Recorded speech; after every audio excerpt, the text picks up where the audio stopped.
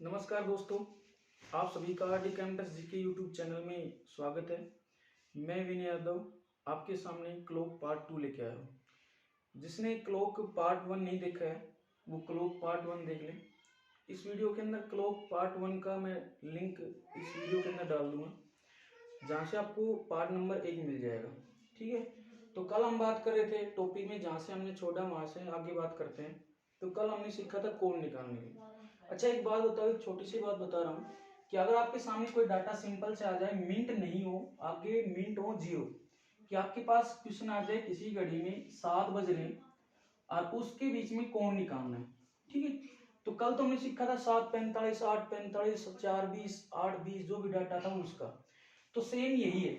ठीक है, तो एक ट्रिक बताऊंगा जो आज के जो क्वेश्चन होंगे ना उसके अंदर सेम एज इट इज ऐसे ही लगेगी। ठीक है, तो मेरे को पता है कि कल हमने बताया था कि कोई भी डाटा दे रखा हो ऊपर 1160 लिख लेंगे और जो क्वेश्चन के अंदर जो डाटा आ रहा है उसको नीचे लिख लेंगे, तो यहाँ से 7 लिख लिया। ठीक है, अब इन दोनों की आपस में आपको क्या करनी पड़ेगी, क्रॉस मल्टीप्लाई। तो आपको पता है 11 को अगर आप 0 से गुणा करोगे तो 0, इसका मतलब 6 गुणा 6 36, 6 सत्तू 42, यानी कि 420।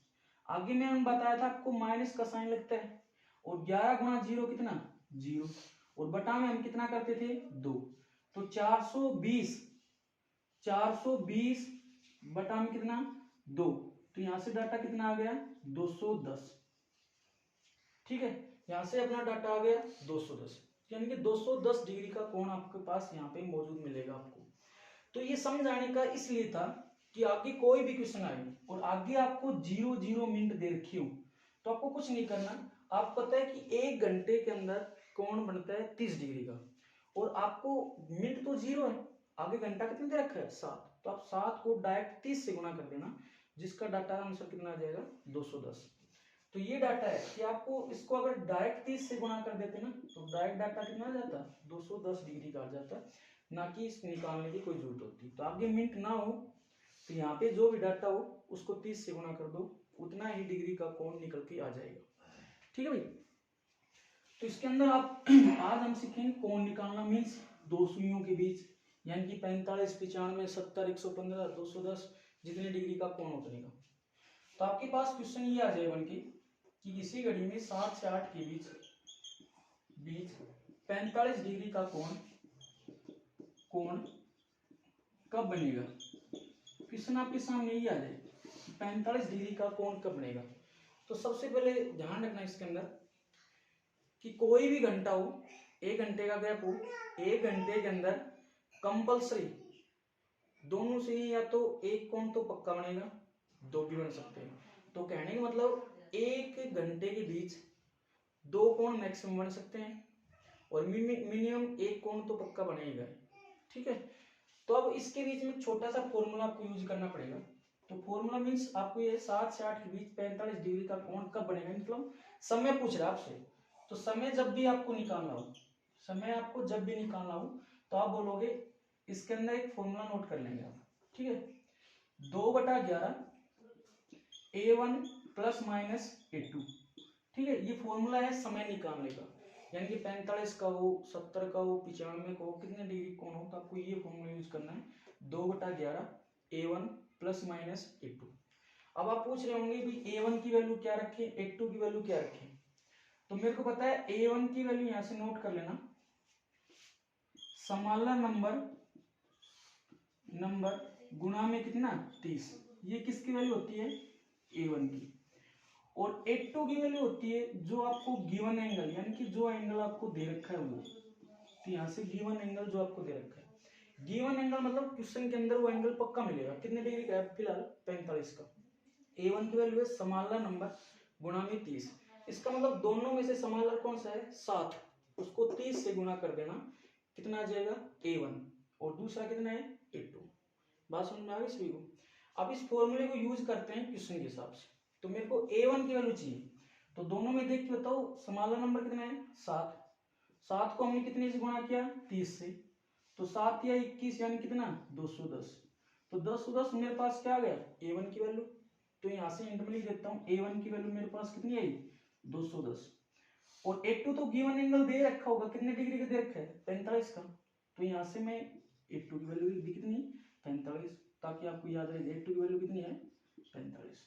ठीक है, अब मैं इसको थोड़ा नीचे रख कर रहा हूँ और फॉर्मूले को यूज करेंगे। तो अब पता चल गया A1 की वैल्यू होती है स्मॉलर नंबर गुना में 30। 30 हमने कहाँ से लाए, तो इससे पहले बताया था मैंने। A2 की वैल्यू होती है जो गिवन एंगल आपको दे रखा है, कितने डिग्री दे रखा है 45 का। ठीक है,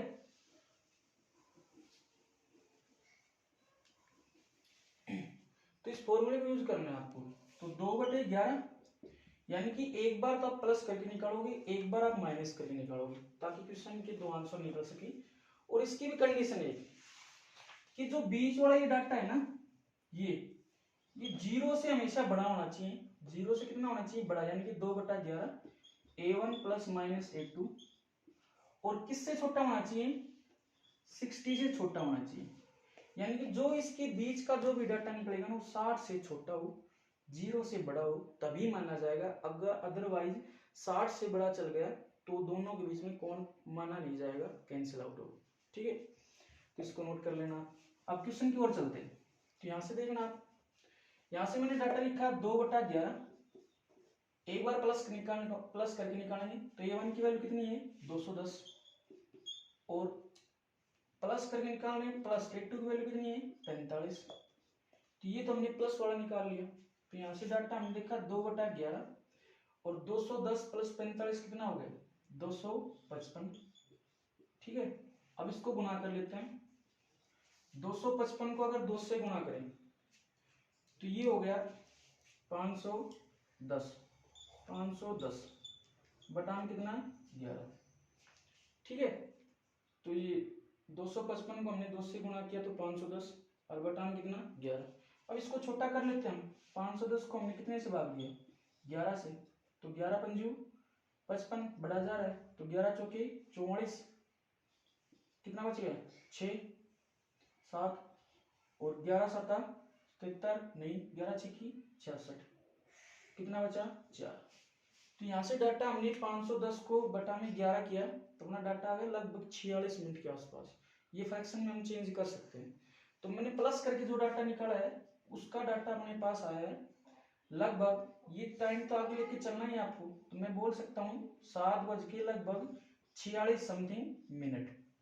तो पहला तो ये आ गया, मेरे को पता चल गया 7:46 सही समथिंग मिनट पे आपको कितने डिग्री का कोण मिलेगा 45 डिग्री का कोण एग्जैक्ट मिल जाएगा। तो हमने सबसे पहले क्या किया, पहले हमने प्लस करके निकाला है, तो दो एंगल चाहिए थे हमें, एक प्लस से निकलेगा एक माइनस से निकलेगा। तो प्लस हमने वैल्यू रखी A1 की वैल्यू 210, A2 की वैल्यू 45, दोनों का जोड़ा है 255। 255 को मैंने 2 से गुणा किया 510, 510 को मैंने 11 से भाग किया, लगभग अपने पास मिनट आ गए थे 46। तो 46 मिनट आई थी, आगे का डाटा तो मेरे पास जुड़ रहा है, तो 7:46 सही समथिंग मिनट इसका आंसर हो जाएगा। एक तो डाटा अपने पास आ गया। अब दूसरा डाटा निकालना है, वो कैसा माइनस करके। तो माइनस करके हम निकालेंगे तो 2/11 A1 माइनस A2, तो 2/11 A1 की वैल्यू कितनी रखे यहाँ से वही 210। ठीक है, और माइनस का कितना 45। अब एक बात तो 210 में से 45 गया, 210 में से अगर 45 गया तो आपका डाटा बचा 2/11 और गुणा में कितना 165। ठीक है, अब मेरे को काम है 165 को मेरे को 2 से गुणा करना है। ठीक है, तो कितना डाटा आ गया लगभग 330 बटा में कितना 11, तो 11 एकम 11, 11 तिया 33 यानी कि 30 मिनट। तो इस डाटा को मैं आराम से बोल सकता हूँ 7:30। तो अपने पास दो आंसर आ गए, एक तो आ गया 7:46 समथिंग मिनट पे, एक आ गया 7:30 मिनट पे। इसका मतलब 45 डिग्री का कोण दो जगह बनेगा, एक तो 7:46 मिनट पे, एक बनेगा 7:30 मिनट पे। बात समझ में आ गई? जो आपको इसको आप रिज्यूम करके दोबारा से रिकैप करके दोबारा से देख सकते हैं वीडियो। तो A1 की वैल्यू हमने क्या रखी, A2 की वैल्यू क्या रखी, जो भी डाटा है उसका सेम आंसर होना चाहिए। ठीक है भाई, अब इसके अंदर और भी क्वेश्चन ले सकते हैं प्रैक्टिस के लिए, ताकि आपको बेहतर तरीके से पता चले।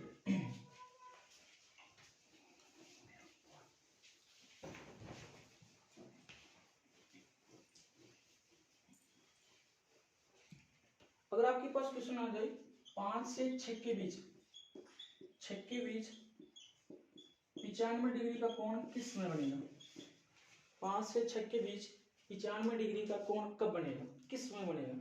तो मेरे को पता है फॉर्मूला, मेरे को पता है समय equals to 2/11 A1 plus minus A2। तो A1 की वैल्यू हमने लिखवा दी थी, A1 equals to smaller number गुणा में 30। A2 की वैल्यू जो एंगल दे रखा है, एंगल कितना दे रखा है 95, तो 95 लिख देंगे। ठीक है, इसको फॉर्मूले में एक बार प्लस करके निकालेंगे, एक बार माइनस करके। तो इधर तो मैं निकाल रहा हूँ प्लस वाला से और उधर निकालूंगा माइनस से। तो मैं डाटा लिख रहा हूँ 2/11। A1 की वैल्यू स्मॉलर नंबर कितना है 5 गुणा में 30, तो 30 गुणा 5 कितना 150, और बीच में निशान किसका लगाया प्लस का। एंगल कितना दे रखा है गिवन एंगल 95, तो प्लस में मैंने डाटा कितना कर दिया 95। अब 190 के अंदर मेरे को 95 जोड़ने, ठीक है। तो 150 और 50 कितनी होगी 200, 200 और 45 कितनी होगी 245। अब मेरे को 2 गुणा 245 और बटा में 11, इसको कर लेंगे। तो 245 को अगर 2 से गुणा करोगे ना तो डाटा आ गया 490, 490 बटा 11। अब इसको छोटा कर लेना, और जो भी डाटा आएगा ना वो मिनट के अंदर आएगा। अगर वो 60 से कम है और 0 से ज्यादा है तो माना जाएगा, 60 से ज्यादा चला गया माइनस में आ गया तो नहीं माना जाएगा।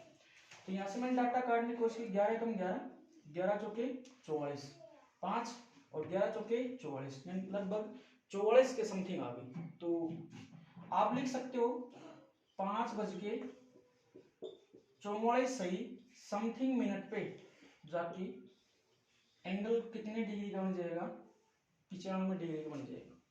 ठीक है, 490 को हमने 11 से काटा है, तो 11 से 44 समथिंग फ्रैक्शन के अंदर कुछ बचेगा।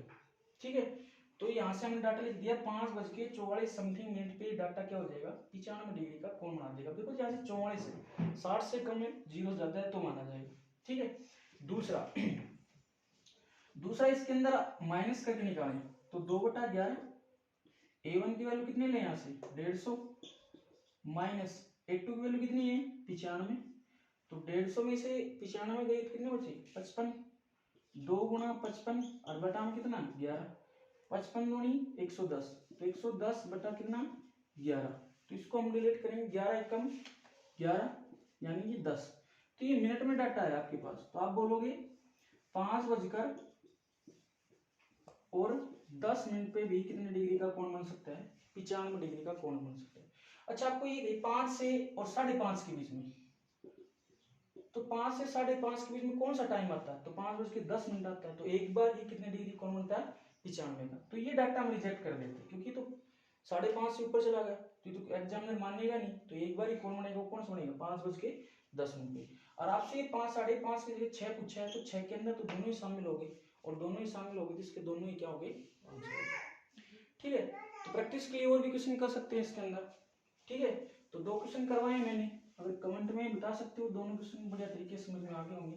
A1 की वैल्यू होती है स्मॉलर नंबर गुणा में 30, और 30 होता है 1 घंटे के अंदर 30 डिग्री का कोण बनता है, और 30 डिग्री का कोण बनता है तो स्मॉलर नंबर को 30 से गुणा कर देंगे, तो A1 की वैल्यू वहां से आ जाएगी। ठीक है, यहाँ से हमने ये सीखा है। अब मैं करवा रहा हूँ प्रॉपर्टी करा रहा हूँ क्लॉक की। घड़ी के अंदर वैसे तो मैक्सिमम 3 प्रॉपर्टियां होती हैं। ठीक है, 3 प्रॉपर्टियां होती हैं, लेकिन प्लस एक ऐड कर लेते हैं, जो तीनों प्रॉपर्टियों को मिलाकर अलग से प्रॉपर्टी बनती है। ठीक है, और क्लॉक की जो प्रॉपर्टी होती है वो कन्फर्म है, 2 सुइयों के बीच में चलती है, एक तो घंटा वाली सुई और दूसरी मिनट वाली सुई के बीच में। एक तो घंटा वाली सुई के बीच में चलती है, दूसरी चलती है मिनट वाली सुई की। यही प्रॉपर्टी का निर्माण करेंगे। तो यहाँ से मैं प्रॉपर्टी नंबर 1 करा रहा हूँ। प्रॉपर्टी नंबर 1 का नाम क्या है, प्रॉपर्टी नंबर 1 का नाम है ऊपर नीचे। दूसरा नाम इसका पड़ता है एक सिद्ध में, और दोनों को नाम मिलाकर नाम पड़ गया इसका अतिव्यापन। और इंग्लिश में इसको बोल देते हैं कोइंसाइड। ठीक है, तो एक ही प्रॉपर्टी जिसके 4 नाम है, एग्जाम में किसी भी नाम से प्रॉपर्टी आ सकती है। ऊपर नीचे, एक सिद्ध में, अतिव्यापन, इंग्लिश में कोइंसाइड बोल देते हैं। तो सबसे पहले समझ लो, जैसे सपोज कर लो अपने पास ये घड़ी है, और घड़ी के अंदर कितने बज रहे हैं 12, तो ऑफकोर्स डेफिनेटली दोनों सुइयां आपस में ऊपर नीचे रहेंगी, दोनों सुइयां एक सिद्ध में देखेंगी, और जब दोनों सुइयां ऊपर नीचे एक सिद्ध में, तो इसका नाम गिर गया अतिव्यापन, और इंग्लिश में इसको क्या देते हैं कोइंसाइड। बात समझ में आ गई। तो भाई पहला क्वेश्चन ये बनता है कि जब दोनों सुइयां ऊपर नीचे एक से अतिव्यापन हो तो थीटा कितने डिग्री बनेगा। तो इसके अंदर थीटा या तो 0 डिग्री बन सकता है, ऑप्शन में 0 तो 0, या फिर 0 का अपोजिट कितना 360। तो पहला क्वेश्चन है जब भी दोनों सुइयां आपस में ऊपर नीचे रहेंगी, अतिव्यापन रहेंगी या एक से बनेंगी, तो थीटा अपना बनेगा 360 डिग्री का। ठीक है। फिर दूसरा क्वेश्चन आता है कि एक घंटे में दोनों सुइयां कितनी बार अतिव्यापन होती है। तो अतिव्यापन वर्ड का यूज करेंगे आप। ठीक है। तो एक घंटे के अंदर कितनी बार, एक बार, 12 घंटे के अंदर कितनी बार, 11 बार, और 24 घंटे के अंदर कितनी बार, 22 बार।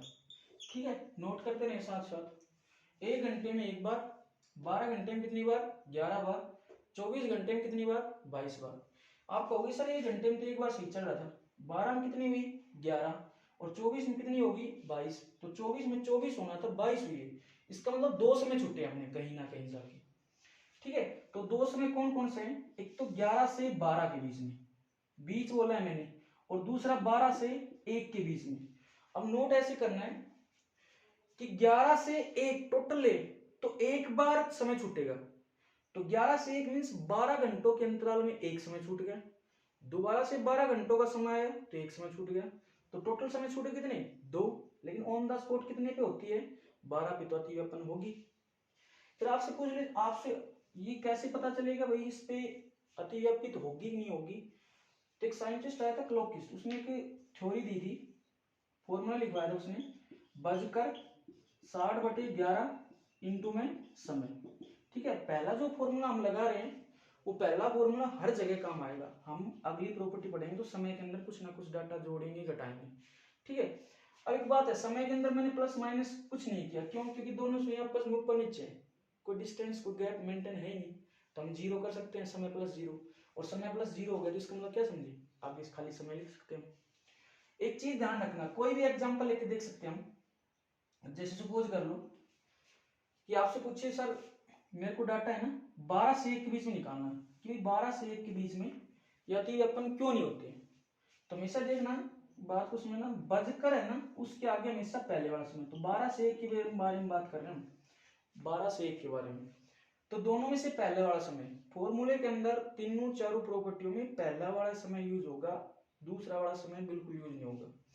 तो बजकर 60/11 इंटू में समय, तो बजकर के आगे हमेशा पहले वाला समय लगाना है, कितना, 12, बजकर और 60/11, और समय में भी आपको कौन सा समय रखना है, पहले वाला, कितना, 12।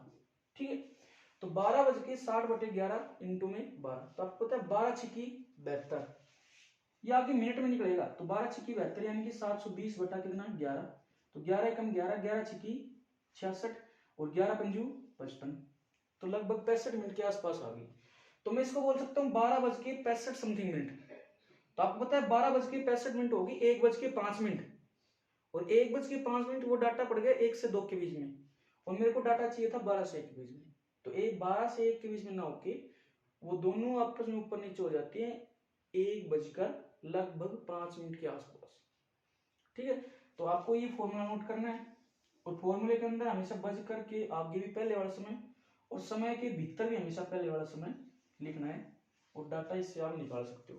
तो पहली प्रॉपर्टी के बारे में हमने क्या पढ़ा, थीटा 0 360 का बनेगा, 1 घंटे में एक बार अतिव्यापन होती है, 12 में 11 बार, 24 में 22 बार। इसका मतलब 12 घंटे में एक समय छूट गया, 24 में नॉर्मली 2 समय छूट गए। कौन से, वही 11 से 12 के बीच में नहीं बनता, 12 से 1 के बीच में नहीं बनता, लेकिन ऑन द स्पॉट 12 तो बनता है। तो 12 घंटों के अंतराल में एक समय छूटा, दोबारा से 12 पे आई तो एक समय और छूट गया, तो टोटल समय छूटे कितने, 2। तो आप बोलोगे 11 से 1 के बीच में एक बार ही होती है, एक बार नहीं होती है। दोबारा 12 घंटों के में आए तो एक बार फिर नहीं होती, तो टोटल समय छूट गए 2। फॉर्मूला हमने लिखवाया बजकर 60/11 इंटू में समय, आप निकाल सकते हो। थीटा आपका बनेगा 0 या 360 का। ठीक है। ये पहली प्रॉपर्टी थी जो आपको नोट कर सकते हो।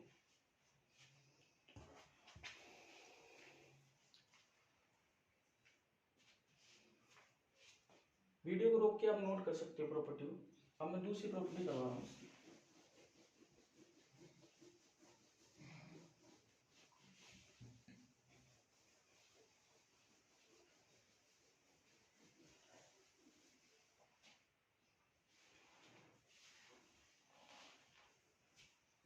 दूसरी प्रॉपर्टी का नाम है दोनों सुइयों का विपरीत दिशा में होना, दोनों सुइयों का विपरीत दिशा में होना, ठीक है, विपरीत दिशा में होना। दूसरी प्रॉपर्टी पढ़ रहे हैं, दोनों सुइयों का विपरीत दिशा में होना। विपरीत का मतलब एक एग्जांपल के तौर पर समझ लेते हैं। जैसे मैं ये कहूँ हमारी घड़ी में 2:45 हो रहे हैं, ठीक है, तो 2:45 होंगे तो एक सुई इधर और एक इधर, तो दोनों आपस में अपोजिट होगी, ठीक है। तो आपको पता है दोनों सुई अगर अपोजिट होगी एक दूसरे के अपोजिट, तो पूरी घड़ी होती है 360 की, और घड़ी के अंदर हिस्से कितने हो गए, 2, तो 360 के 2 हिस्से हो गए, तो थीटा कितने डिग्री का बना, 180 का।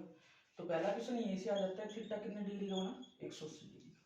ये याद रखना है, दोनों सुई अगर विपरीत दिशा में होंगी तो थीटा हमेशा बनेगा 180 का। अब इसके अंदर ना जो पिछला जो सवाल था हमारा क्वेश्चन था, उसमें हमने समय के अंदर कुछ प्लस माइनस नहीं किया, इसके अंदर हम प्लस माइनस कुछ करेंगे। कैसे कि टोटल खाने कितने होते हैं, 12, और दोनों सुइयां जब भी विपरीत होंगी तो घड़ी को 2 हिस्सों में तोड़ेंगी, तो इसका मतलब 6 घंटे नीचे छूटेंगे, 6 घंटे ऊपर। अगर क्रॉस में दोनों विपरीत हैं तो 6 घंटे इधर 6 घंटे इधर, तो हम डाटा में जोड़ेंगे प्लस माइनस 6, ये ध्यान रखना। तो आपको यहाँ से डाटा 1 घंटे में कितनी बार विपरीत, 1 बार, ठीक है। 12 घंटे में कितनी बार, 11 बार, और 24 घंटे में कितनी बार, 22 बार। फिर वही सेम बात, सेम आती है अपन बड़ा केस मान रहे कि 24 घंटे में 24 बार होनी थी, हुई कितनी बार, 22 बार। 2 समय छुट्टे, कौन कौन से, वो जो समय छुट्टे लेफ्ट वाले वो नोट करना, 5 से 6 के मध्य, नोट इंक्लूडेड 6 को इंक्लूड मत करना, और 6 से 7 के बीच में। इन दोनों के बीच में घड़ी की दोनों सुइयां आपस में विपरीत दिशा का केस नहीं बनाएंगी। फिर वही फॉर्मूला लिखना पड़ेगा हमें, तो फॉर्मूला इसका होता है बजकर 60/11 और समय प्लस माइनस कितना, 6, प्लस माइनस कितना, 6। अब वही चीज है, कोई भी एक सम उठा लेते हैं। जैसे आपसे कोई पूछ ले, बता भाई 6 से 7 के बीच में क्यों नहीं होती है, तो मैंने बताया था कि दोनों तीनों प्रॉपर्टी, जितनी प्रॉपर्टी है उसमें बजकर के आगे हमेशा पहले वाला समय, और समय के अंदर भी हमेशा पहले वाला समय, ठीक है। तो हमने रखा दोनों में पहले वाला समय कितना है, 6, तो कितना बज के, 6 बज के 60/11, और समय समय कितना रखना है, 6। अब देखो यहां से बात, यहाँ पे डाटा है ना, आपको कोशिश रखना है माइनस के अंदर नहीं लाना है, ठीक है। और दूसरी चीज, इन दोनों का जोड़ प्लस 12 से ज्यादा नहीं जाना चाहिए, 13 भी चला गया तो इसको घटाना पड़ेगा, ठीक है। तो मैं काम कर लेता हूँ, प्लस किया तो 12 आ गया, काम चल गया। अगर माइनस करता 0 आता, 0 यहाँ पे आ जाता है, तो 60 को 0 से करते 0, तो आप नॉर्मली बोल सकते हैं 6 बज के 0 मिनट, तो नॉर्मली ये 6 बजे तो होगी, लेकिन मैंने तो पूछा 6 से 7 के बीच में क्यों नहीं होती, तो प्लस का निशान लगाया, तो 6 और 6 कितनी होगी, 12, और 12 गुणा 60/11, तो 12 6 72, वही कितना आ गया, 720/11, और 720/11 इसको डिलीट करेंगे तो लगभग 65 आएगा।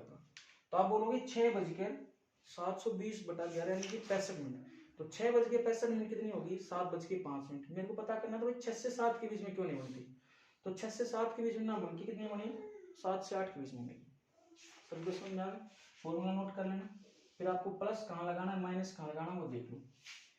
प्लस आपको लगाना है जब समय हो 6 या 6 से कम, तो आपको प्लस का साइन यूज करना है। पहले वाला समय 6 या 6 से कम हो तो प्लस लगाओगे, ठीक है। माइनस कब लगाओगे, जब पहले वाला समय 6 से अधिक हो, नोट इंक्लूडेड 6 को इंक्लूड मत करना। 7 हो तो 7 - 6 कर सकते हैं, 8 - 6 कर सकते हैं, 9 - 6 कर सकते हैं, ठीक है।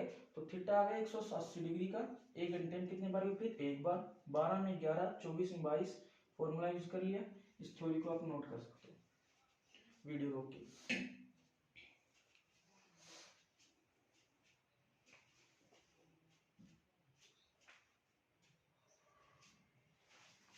आगे इसकी तीसरी प्रॉपर्टी पढ़ते हैं हम।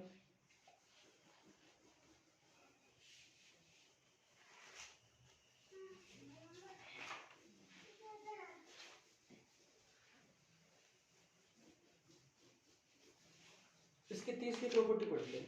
तीसरी प्रॉपर्टी है दोनों सुइयों का लंबवत होना, दोनों सुइयों का लंबवत होना। तो लंबवत के नाम से पता चल रहा है मेरे को, तो यहाँ से मैंने घड़ी मान लंबवत मस घड़ी के 4 हिस्से, 4 क्वाड्रेंट कर दिए, प्रत्येक क्वाड्रेंट कितने का, 90 का। और एक एग्जाम्पल के तौर पर ले सकते हैं कि घड़ी में 3 बज रहे हैं, तो हो सकता है इसके बीच में 90 डिग्री का कोण बन जाए, क्योंकि लंबवत तो पूछा है।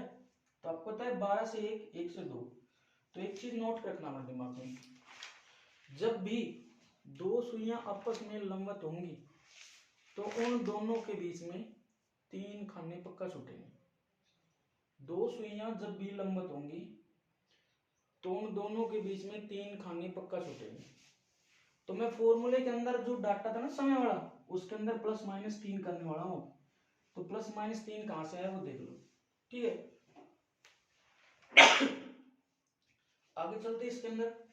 तो सबसे पहला सवाल तो ये आता है थीटा कितने डिग्री का बनेगा, तो थीटा बना 90 का, थीटा बना 90 का। और भाई लंबवत होती है ना वो 1 घंटे में 2 बार होती है। 1 घंटे में कितनी बार, 2 बार। और 12 घंटे में कितनी बार, 22 बार। और 24 घंटे में कितनी बार, 44 बार। आप कहोगे इसके अंदर तो बहुत ज्यादा समय छूट गई, क्योंकि 12 में 22 है, 1 में 2 है, तो 12 में 24 होना था, 24 में 48 होना था। तो 44 + 4 कितना हो गया, 48। तो इसका मतलब आप पूछोगे सर 4 समय छूट गए, 4 समय कौन कौन छूट गए, तो आप नोट करोगे 4 समय 2 से 3, 3 से 4, और 8 से 9, और 9 से 10।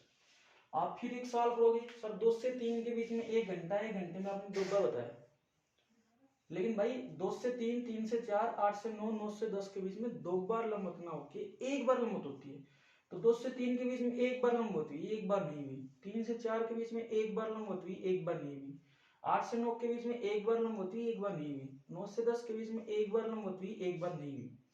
तो यानी कि 4 ही तो हुए, 4 बार लंबवत हुई, 4 बार नहीं हुई। तो नहीं हुई तो 44 और 4 कितनी होगी, 48 होगी, ठीक है। अगर इसके फॉर्मूला नोट करें, इसका फॉर्मूला है बजकर 60/11 समय और +- कितना 3। तो इसका मतलब इसके अंदर 2 समय निकलेंगे, एक तो प्लस करके निकालना है, एक बार माइनस करके। तो बजकर 60/11 समय +-3, ठीक है। अब एक एग्जांपल लेते हैं भाई, कोई आपसे पूछ ले बता भाई 9 से 10 के बीच में क्यों नहीं होती, तो हमेशा पता है बजकर के आगे हमेशा पहले वाला समय यूज करना है, और समय के अंदर भी हमेशा कौन समय, पहले वाला। तो 9 से 10 के बीच में पहले वाला समय कितना, 9। तो कितना बज के, 9 बज के 60/11, और समय में कितना, 9। एक बार प्लस कर दो और एक बार डाटा निकाल देना माइनस से, और सेम फॉर्मूला वो यूज कर देना, ठीक है। तो इसका डाटा आएगा, हम नॉर्मल पढ़ लेते हैं। देखो यहाँ सामने 9 और 3 12, 12 छिकी 72, कितना आ गया 720, बटा में कितना 11। इसको डिलीट किया तो लगभग 65 मिनट के समथिंग आ गया। तो आप बोलोगे 9:65 भाई, 9:65, 10:05। तो मेरे को पता करना था 9 से 10 के बीच में, तो 9 से 10 के बीच में नहीं है भाई, 9:65, 10:05। तो 9 से 10 के बीच में तो है नहीं, तो ये तो माना नहीं जाएगा, ठीक है। अब इसको यूज कर लेते हैं हम। 9 - 3 6, और 6 × 6 36, यानी कि 360 बटा कितना 11। अब 11 एकम 11, 11 तिया 33, 3, और 11 दूनी 22। तो मैं इसको बोल सकता हूँ 9:32 सही समथिंग मिनट। तो आप नोट कर लेना 9:32 सही समथिंग मिनट पे ये घड़ी जाके क्या होगी, लंबवत हो जाएगी, ठीक है। तो आप इसको नोट कर लेना टाइप को। तो पहले चीज हमने ये बताई कि दोनों सुइयां लंबवत होंगी, तो जब भी दो सुइयां लंबवत होंगी तो बीच में 3 खाने छूटेंगे। फॉर्मूले में हमने +-3 किया है, वो यहाँ से आया। थीटा हमेशा 90 होगा। 1 घंटे में कितनी बार, 2 बार। 12 घंटे में 22 बार। 24 में कितनी बार, 44 बार। 4 समय छुट्टे थे, 2 से 3, 3 से 4, 8 से 9, 9 से 10। इनके बीच में 1 बार लंबवत हुई, 1 बार नहीं हुई। तो हमने उसके बाद फॉर्मूला यूज किया, फॉर्मूले में +-3 यूज किया। एक बार डाटा प्लस से निकाला, एक बार डाटा माइनस से निकाला। प्लस वाला डाटा 9 से 10 के बाहर जा रहा था, इसलिए हमने इसको रिजेक्ट कर दिया। दूसरा डाटा 9 और 10 के बीच में था, ये इसका अपना आंसर हो गया, ठीक है। ये घड़ी की अपनी प्रॉपर्टियां थी, ठीक है। एक प्रॉपर्टी आप चेक करना, जो आपको अगली वीडियो में बताऊंगा मैं, जो अगली प्रॉपर्टी है वो, और कमेंट भी कर सकते हैं कितनी बार जो प्रॉपर्टी है उसका केस बनेगा। तो मैं यहाँ से प्रॉपर्टी लिख देता हूँ, हिंट लिख देता हूँ। जो अगली वो वीडियो होगी उसके अंदर है ना, मैं समझाऊंगा, और इस वीडियो के कमेंट में इस प्रॉपर्टी का जिक्र करना जिसको पता हो, ठीक है। अगली प्रॉपर्टी है दोनों सुइयों का सरल रेखा के अंदर होना, सरल रेखा के अंदर होना, ठीक है। तो भाई अगली जो क्लास होगी अपनी उसके अंदर हम इस टाइप की बात करेंगे कि दोनों सुइयां सरल रेखा का केस कब बनाएंगी। ठीक है, तो जिसको पता है वो कमेंट करना कि सरल रेखा का केस कितनी बार बनेगा, 1 घंटे में कितनी बार सरल रेखा, 12 घंटे में कितनी बार सरल रेखा और 24 घंटे में कितनी सरल रेखा। थीटा कितने डिग्री का होगा, कौन सा फॉर्मूला यूज करें और कौन सा फॉर्मूला इसके अंदर सही ढंग से बैठेगा। ठीक है, तो बाकी बची हुई क्लास अपनी 2 वीडियो हो चुकी हैं, क्लॉक पार्ट 1, क्लॉक पार्ट 2। अब इसके बाद अपना क्लॉक पार्ट का 3 आएगा, जिसके अंदर हम घड़ी का तेज होना, घड़ी का धीरे होना और घंटा वाली सुई है वो अपना समय इंक्रीज करती है तो कितने डिग्री का कोण बनेगा, मिनट वाली अगर इंक्रीज करती है तो कितने डिग्री कोण बनेगा, सेकंड वाली सुई है वो इंक्रीज होती है तो कितने डिग्री कोण बनेगा, बंदूक का चलना और घड़ी का तेज होना और अलार्म का बजना, ये कल हम अगली नेक्स्ट वीडियो में पढ़ेंगे जो पार्ट नंबर 3 होगा। ठीक है, 2 वीडियो देखिए आपने, दोनों वीडियो अच्छी तरह देखना, वीडियो के ऊपर आप कमेंट करना, लाइक का बटन दबाना और ज़्यादा से ज़्यादा भाई रिक्वेस्ट है आप शेयर करना। तो आज के लिए इतना ही है, हम नेक्स्ट वीडियो में मीट करेंगे, मिलेंगे। इसके लिए नमस्कार, जय हिंद, जय भारत।